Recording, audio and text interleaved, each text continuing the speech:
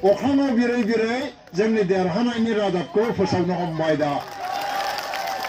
ओंखायनो आङो बयनोबो आङो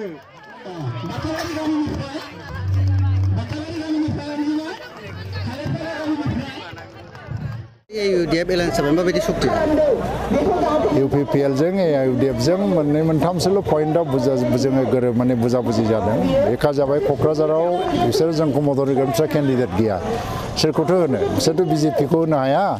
BPF खौबो होनो हाया BPF माने BJP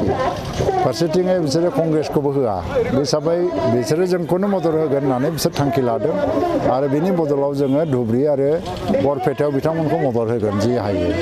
आरो बेनि उनावहाय जोङो गोजोन खौसेथि आरो निरापत्तानि थाखाय खामानि मावलायगोन ज'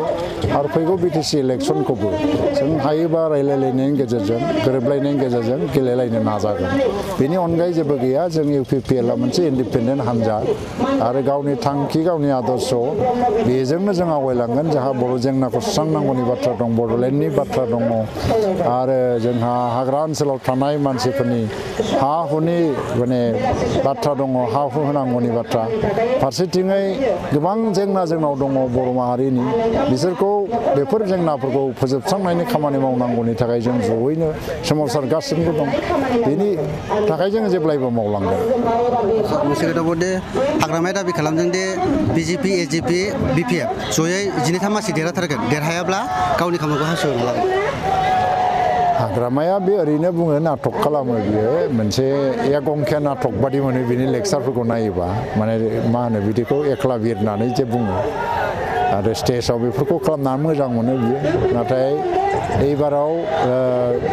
BJP BPF AJP नि जि मित्रजोट बियो क'क्राझारावथ' गैखाया जिर' आरो गासै आसामाव मोनबानि बारा मोननाय नङा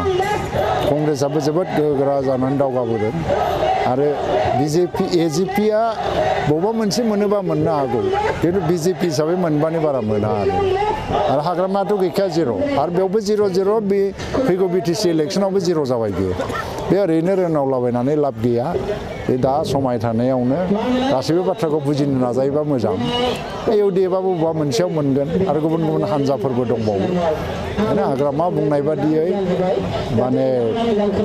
जेबो जानाय नङा आसामाव मोनब्रै मोनबा बा 6टा मोननो हागौ बिसोर मित्रजोटआ बेनि बारा मोना